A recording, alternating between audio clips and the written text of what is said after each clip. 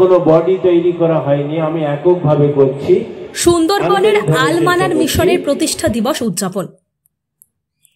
দক্ষিণ চব্বিশ পরগনা সুন্দরবনের নির্দেশখালী আলমানার মিশনের 10 বছরের প্রতিষ্ঠা দিবস উপলক্ষে মিশনের ছাত্রছাত্রীদের নিয়ে শিক্ষামূলক প্রতিযোগিতার আয়োজন করে। তাছাড়াও অতিথি আপ্যায়ন ও অতিথিবৃন্দের মূল্যবান ভাষণ, তাছাড়াও নবীনবরণ পুরস্কার বিতরণ, 2024-এর মাধ্যমিক কৃতী ছাত্রীদের সংবর্ধনা প্রদান।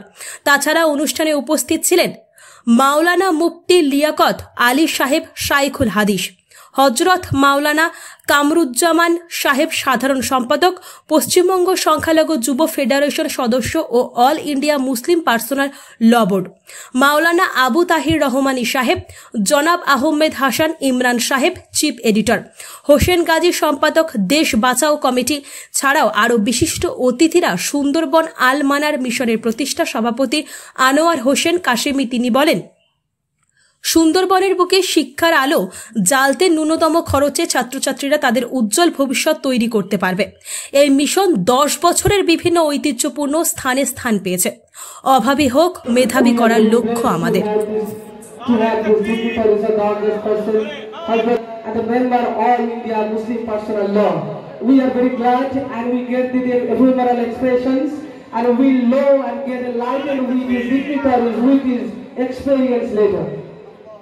Thank you so much.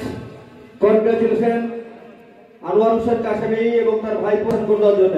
এরপরে আমরা সংবর্ধনা দেব নাজমুল সকলকে এবং অ্যাডভোকেট আলামিন সাহেব। একটু তাড়াতাড়ি করতে হবে, আমরা শুনবো, আমরা আলোকিত হব।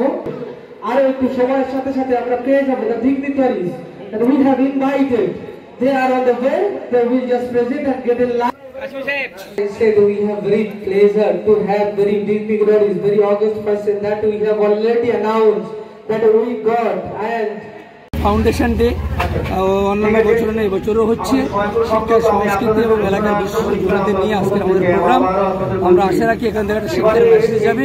জাতীয় ধর্ম বর্ণ নির্বিশেষে শিক্ষার আলো এলে এই সমাজ আবার নতুন করে সারা বিশ্ব মাথা উঁচু করে দাঁড়াবে, এই আশা আমরা রাখি। Thank you.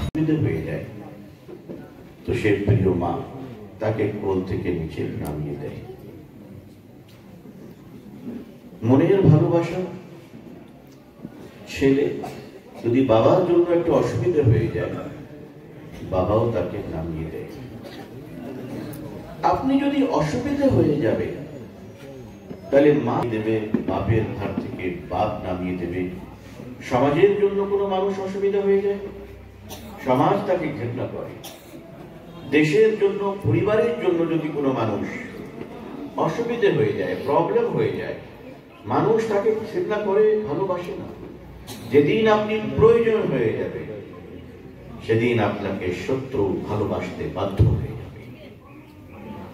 মুসলমানকে প্রয়োজন হতে হবে। মুসলমান একটা এক্সট্রা বার নয়, আমরা এমন একটা বাসের প্যাসেঞ্জার নয় যে বাসটা ফুল আছে আর আমরা মুখের কাছে দাঁড়িয়ে নিজের জীবনটাকে কাটাচ্ছি না। আল্লাহ তাআলা